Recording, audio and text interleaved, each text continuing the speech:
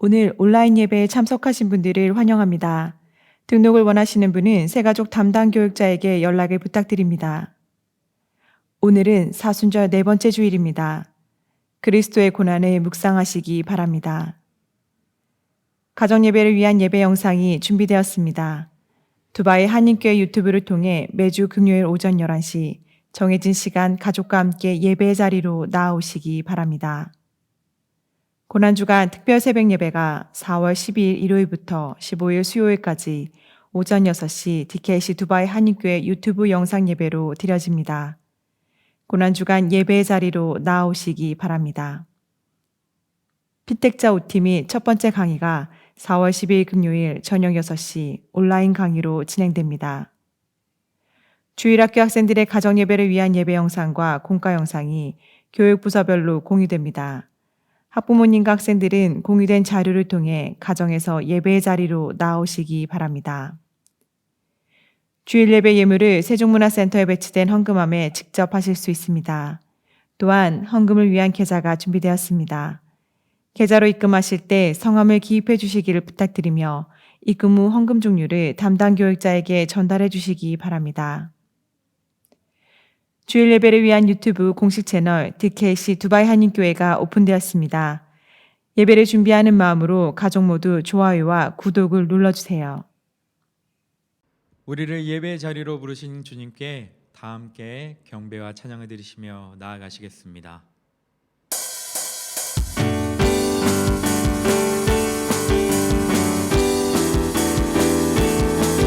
우리의 생명 되신 주님, 우리 그분을 마음을 다해 함께 찬양하며 나아가겠습니다. 할렐루야! 생명 주께 있네! 생명 주께 있네. 능력 주께 있네. 소망 주께 있네. 주 안에 있네. 생명 주께 있네. 능력 주께 있네. 소망 주께 있네. 주 안에 있네.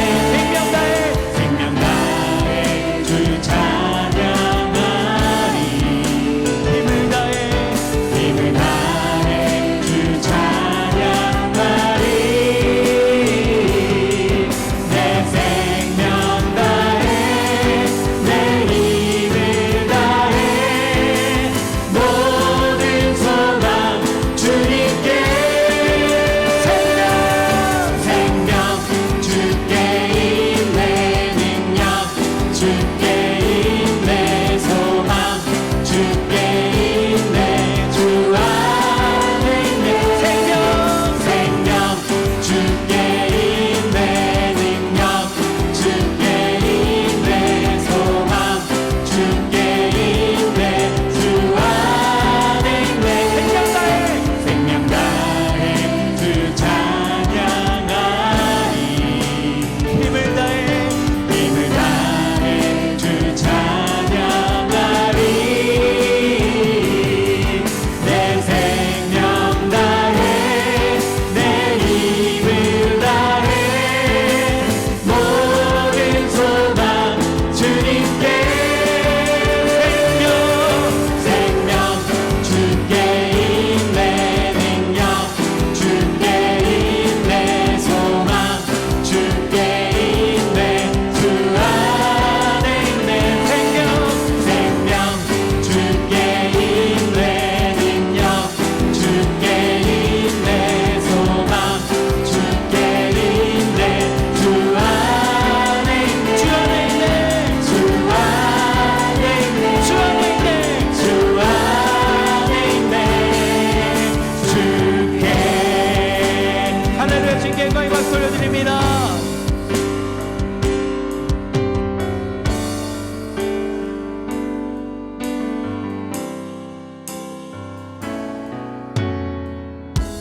이제 마음을 다해 주님을 경배하며 나아가시겠습니다.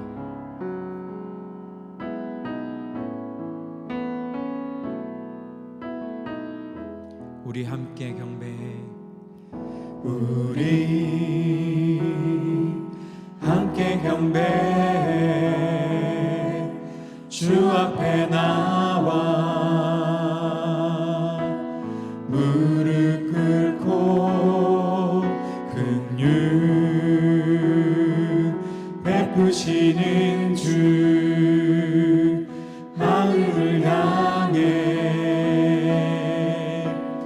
두 손 들고 하늘 문이 열리고 은혜의 빗줄기 이 땅 가득 내리도록 마침내 주 오셔서 의의 빗줄기 우리 위에 부시도록.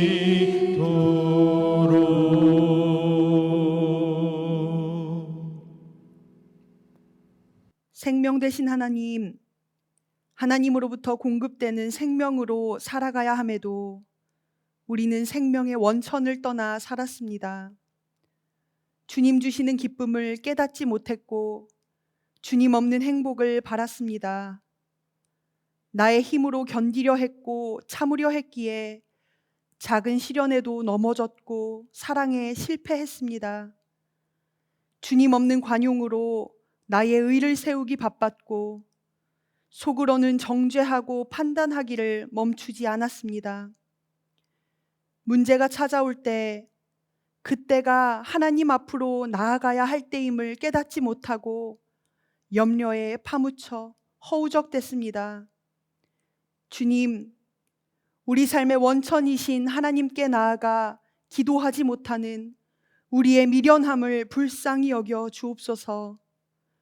다시 겸손히 무릎 꿇게 하시고 기도의 자리에서 채워지는 참 생명, 기쁨과 평강을 온전히 누리게 하여 주옵소서.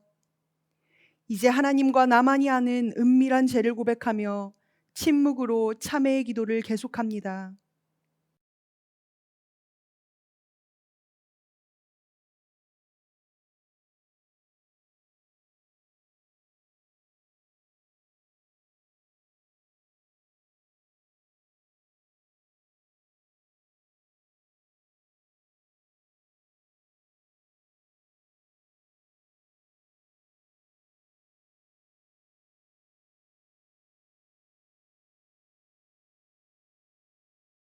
예수님의 이름으로 참회의 기도 드립니다. 아멘.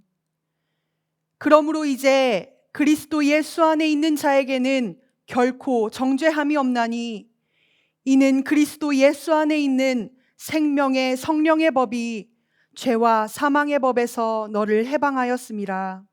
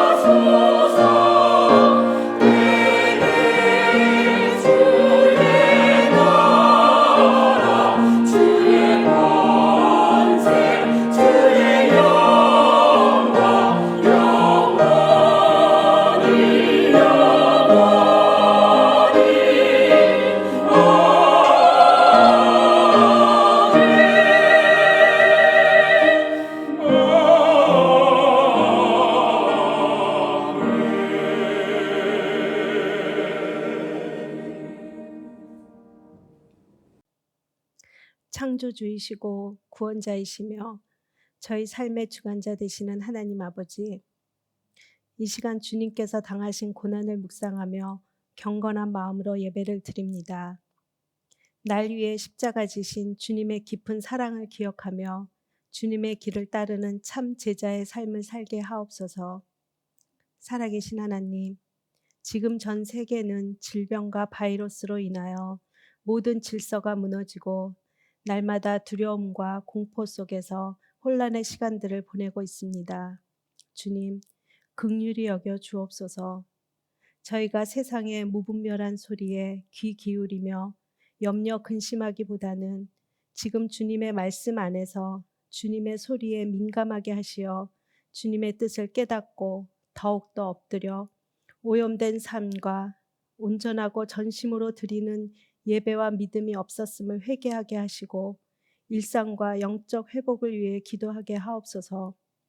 이 질병과의 전쟁 또한 잠잠케 하실 분도 주님이심을 믿고 여호와 라파의 하나님을 의지하며 서로를 위해 기도하며 위로하며 사랑하며 든든한 공동체로 거듭나는 두바이 한인교회가 되게 하옵소서.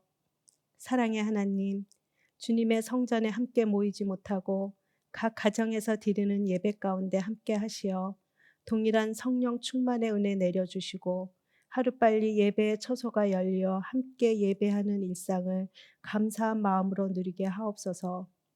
힘들고 어려운 시기에 담임 목사님과 교육자님들께 갑절의 능력과 지혜와 영육간의 강건함을 주시고 맡겨진 영혼들을 위해 부르짖는 기도와 수고를 기억하여 주셔서 속히 모든 것이 회복되게 하옵소서. 오늘 말씀을 전하실 최영신 목사님께 성령의 기름 부어 주셔서 진리의 말씀을 통하여 지치고 병든 이들에게는 힘과 위로가 되며 믿음과 마음이 약해져 있는 자들에게는 굳센 용기와 확신을 얻는 시간이 되게 하옵시며 불안과 염려로 힘든 시간을 보내는 자들에게는 감사와 기쁨으로 변화되는 시간 되게 하옵소서. 영상 예배를 위하여 수고하는 모든 손길에 축복하여 주시고 각 처소에서 드리는 예배가 하나님의 임재 안에서 거룩한 영광의 시간이 되게 하옵소서. 우리를 죄에서 구하시려 이 땅에 오신 예수 그리스도의 이름으로 기도드렸습니다. 하나님이 오늘 우리에게 주시는 말씀은 마가복음 1장 12절에서 13절의 말씀입니다. 하나님의 말씀을 경청하십시오. 성령이 곧 예수를 광야로 몰아내신지라. 광야에서 40일을 계시면서 사탄에게 시험을 받으시며 들짐승과 함께 계시니 전사들이 수종들더라. 우리와 동행하시어 에덴을 누리게 하시는 하나님, 주님께 받은 은혜에 감사하며 봉헌합니다. 겸손히 드리는 손길마다 축복하시어 항상 찬양하는 기쁨을 허락하여 주옵소서. 삶의 고비를 만날 때는 무릎 꿇어 기도하는 지혜를 주시고 기도를 통해 생명의 근원이신 하나님과 연합하는 놀라운 신비를 경험하게 하옵소서. 예수님의 이름으로 봉헌 기도드립니다. 아멘.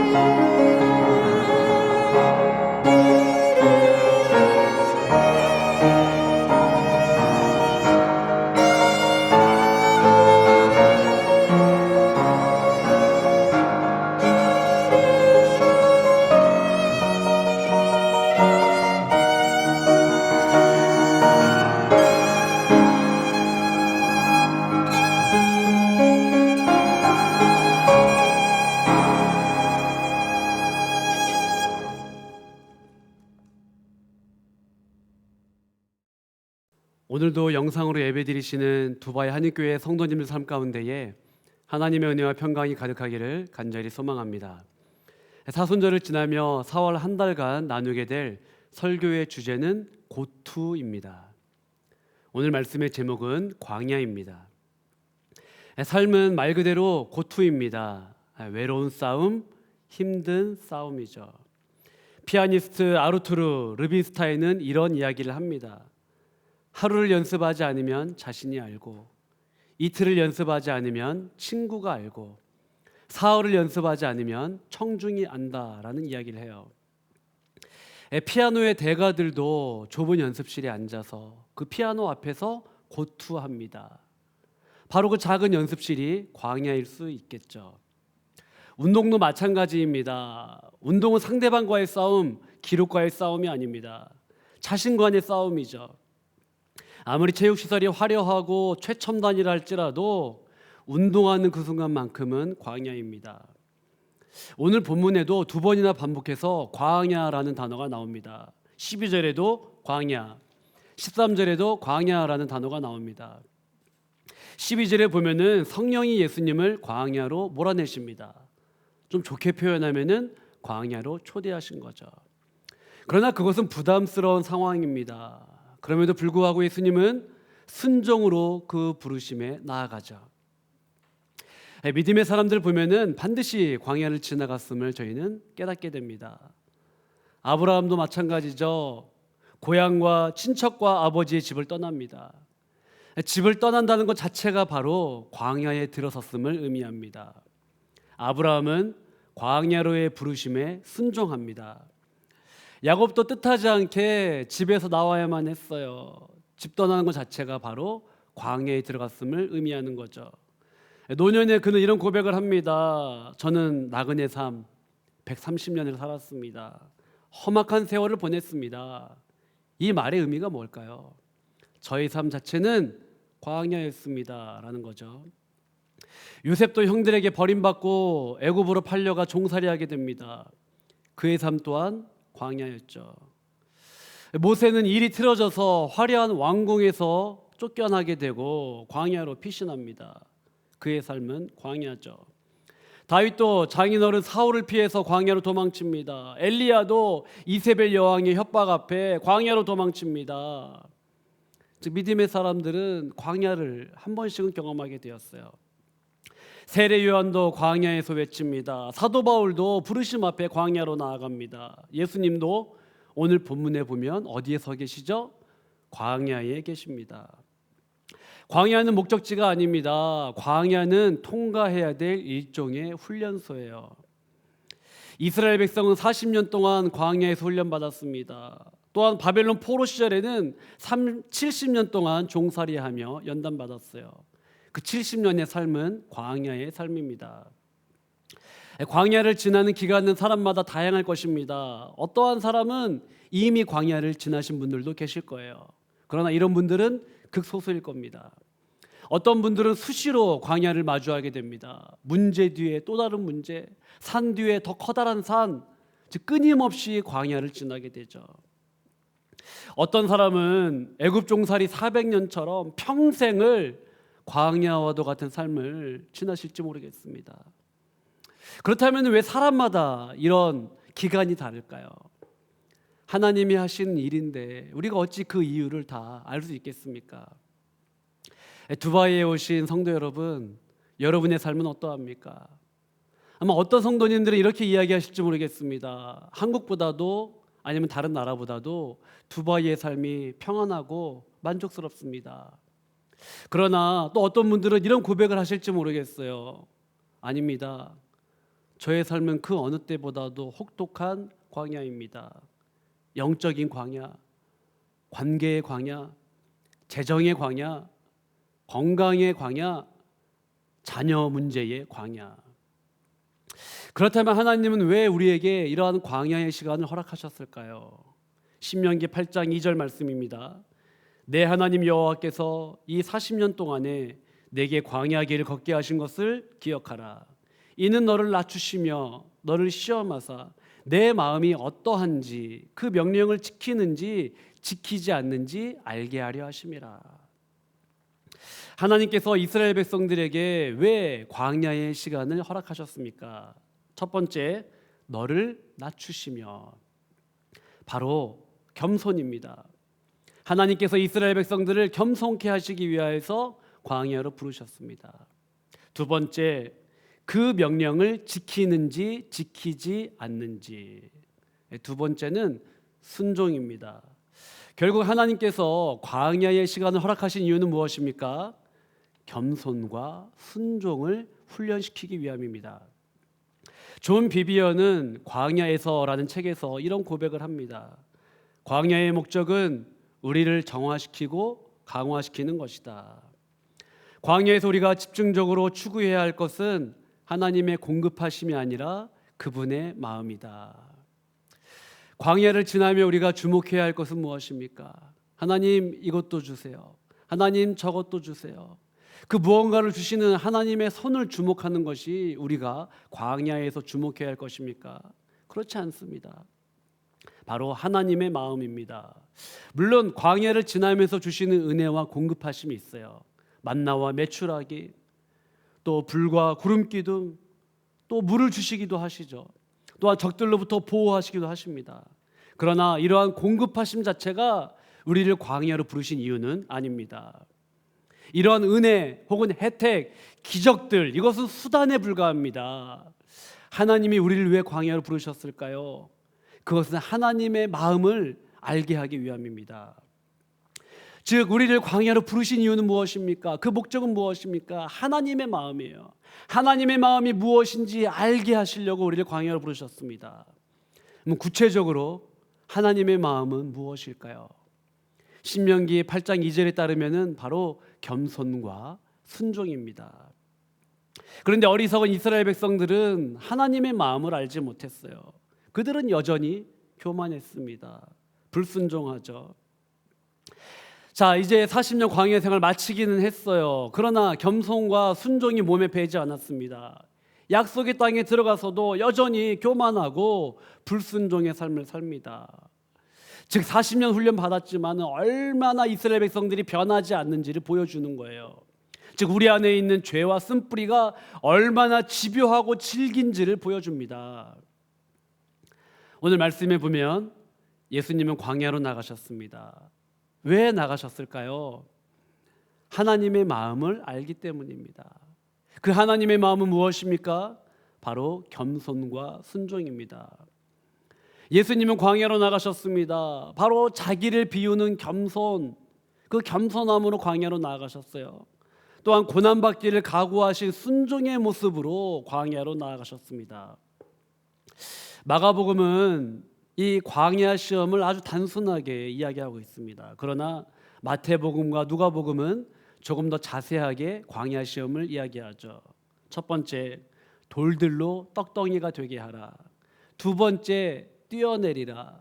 세 번째, 내게 절하면 이 모든 것을 내게 주리라. 이 시험에 대해서 이야기를 하고 있습니다.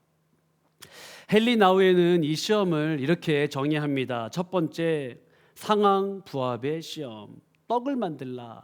이게 상황 부합의 시험이라는 거예요. 두 번째, 이목 집중의 시험. 뛰어내리라. 뛰어내리라. 세 번째, 권력 확보의 시험. 내게 절해라. 내가 다 주리라.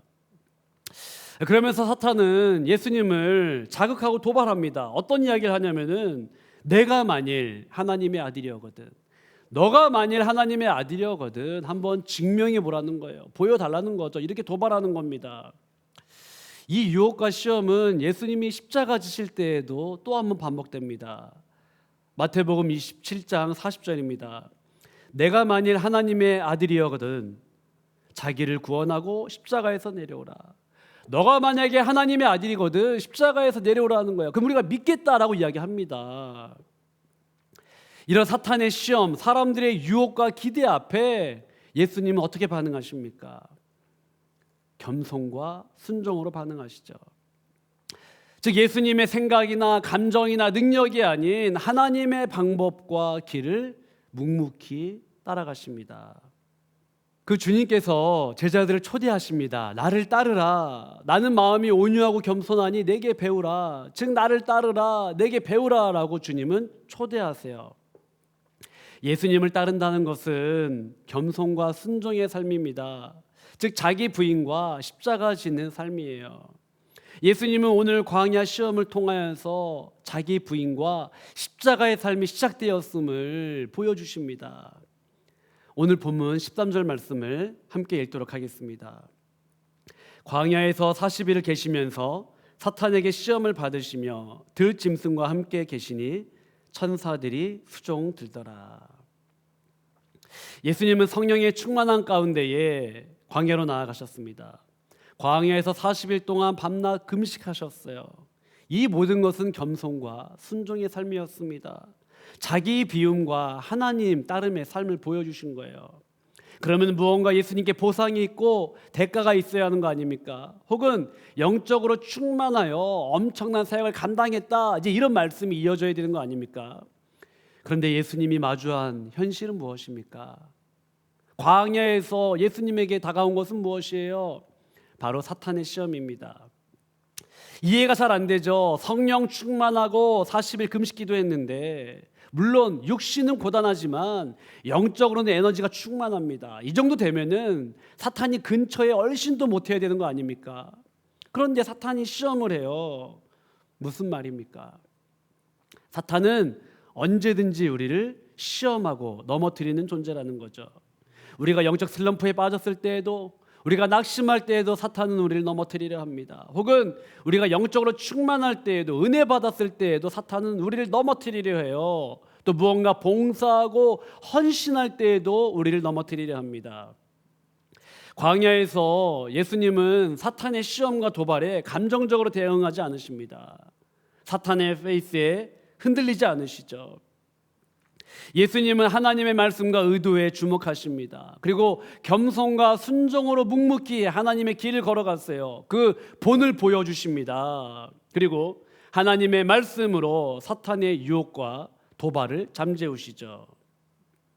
상황 부합의 시험, 떡을 만들라. 이목 집중의 시험, 뛰어내리라. 권력 확보의 시험, 내게 절하라. 이것은 하나님이 원하시는 방식이 아니었습니다. 13절 후반에 나오는 말씀을 보겠습니다. 들짐승이 함께하고 천사들이 수종들더라. 광야는 어찌 보면 사람이 살 수 없는 위험한 곳입니다. 들짐승이 있기 때문에 더더욱 그럴 수 있죠. 그런데 오늘 말씀에 보면 들짐승이 예수님과 함께합니다. 많은 학자들은 이 본문을 이사야 11장 6절부터 9절까지 연결합니다. 이사야 11장은 메시아 왕국의 특징을 보여줍니다. 맹수와 어린아이가 함께 뛰노는 곳, 뒹구는 곳, 독사가 자신의 맹독성을 포기하고 맹수가 초식동물처럼 풀을 먹는 곳, 하나님의 완전한 평화의 땅, 그것이 바로 메시아 왕국이라는 거예요. 광야에서 예수님과 들짐승이 함께했다. 이것은 바로 메시아 하나님의 나라가 임했다라는 신호이기도 합니다. 그런데 저는 오늘 말씀을 묵상하면서 제 마음에 떠오르는 이미지가 하나 있었어요. 그것은 바로 에덴 동산입니다. 하나님과 아담이 함께 동행했던 곳, 하나님과 아담이 사랑의 관계에 있었던 곳, 아담과 피조물이 행복하고 평화롭게 함께하던 곳, 그것이 바로 에덴 동산이죠. 오늘 본문은 예수님이 광야 같은 이 땅에 오심으로 새 에덴, 즉 에덴 동산이 시작했음을 보여주는 신호의 말씀이기도 합니다. 가장 적막하고 끔찍한 땅, 광야, 그곳이 예수님이 함께 하심으로 행복한 땅으로 바뀐다는 것, 이 땅에 진정한 행복과 기쁨이 넘쳐나게 될 것을 예수님은 오늘 광야 시험에 대한 승리를 통해서 보여주십니다. 말씀을 정리하겠습니다. 맞습니다. 우리의 인생 자체는 광야예요. 그리고 또 고투입니다. 외로운 싸움, 힘든 싸움입니다. 우리 주변에 가족이 있고 친구가 있다 할지라도 우리는 결정적인 순간에 외로워요. 큰 수술해 보신 분들은 아실 겁니다. 수술 때 주변에 가족들이 기도하죠. 그러나 수술실에는 홀로 들어가야 합니다. 무섭죠? 외롭죠? 두렵습니다. 그러고 보면은 우리의 인생은 고투입니다. 홀로 하는 싸움이에요. 외로운 싸움이에요. 힘든 싸움이에요. 또 우리의 인생은 광야입니다. 우리가 꼭 모래밭에만 서 있어야 그곳이 광야이진 않습니다. 내가 화려한 곳에 있다 할지라도, 혹은 내가 빈들에 있다 할지라도 우리의 인생은 언제든지 광야일 수 있어요. 어디에 있든 그곳에 하나님이 계시다면 그곳이 에덴 동산입니다. 또 하나님이 때때로 우리의 인생을 시험하십니다. 우리를 순종과 겸손으로 이끄시기도 해요. 영적 고투, 광야의 삶, 여러분들이 서 있는 그 땅에서 겸손과 순종을 배우기를 소망합니다. 또한 주님의 임재로 그곳이 광야가 아닌 에덴 동산이 됨을 경험하는 이런 놀라운 기적을 경험하길 축복합니다. 또한 주님 닮는, 주님을 더 깊이 묵상하고 주님 닮는 이번 사순절이 되기를 간절히 소망합니다. 우리 함께 찬양하겠습니다. 아무것도 두려워 말라 고백하겠습니다.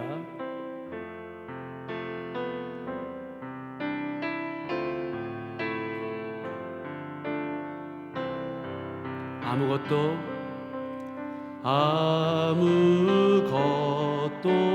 두려워 말라.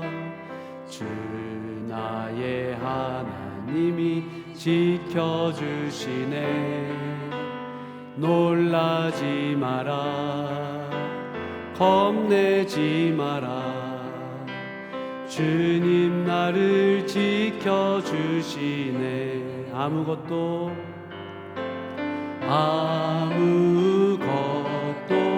두려워 말라.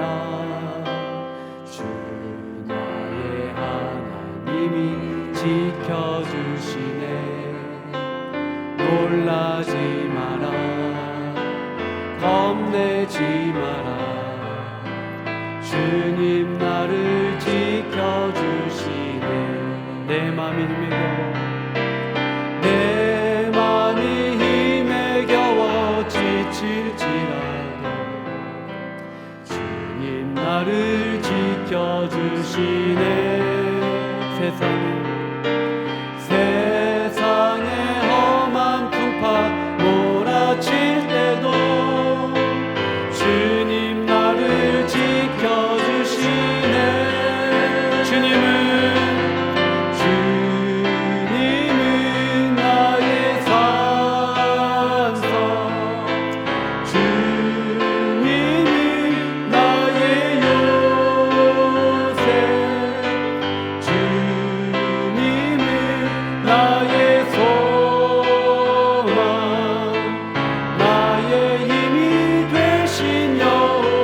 마지막으로 고백하겠습니다. 주님은 나의 산성, 주님은 나의 요새, 주님은 나의 소망, 나의 힘이 되신 여호와. 아멘. 우리 기도하겠습니다. 우리 기도할 때에 하나님, 영적 고투 광야의 삶을 통해 겸손과 순종을 배우게 하여 주시옵소서. 주님이 함께 하시면 광야도 에덴 동산이 될 수 있음을 깨닫고 주님 모신 영적 순례자의 삶을 살게 하여 주옵소서. 간절히 기도하겠습니다. 하나님 감사합니다. 오늘 우리를 부르시고 아버지 앞에 나오게 하시니 감사합니다. 비록 하나님 아버지 영성 예배를 드립니다. 그러나 이 예배를 받아 주시옵소서. 하나님 아버지, 우리는 영적 고투의 삶을 삽니다. 때로는 우리가 서 있는 그곳이 광야와도 같습니다. 하나님, 그러나 이스라엘 백성을 광야로 부르신 이유는 겸손과 순종을 훈련시키기 위함이었음을 오늘 말씀을 통해 보게 되었습니다.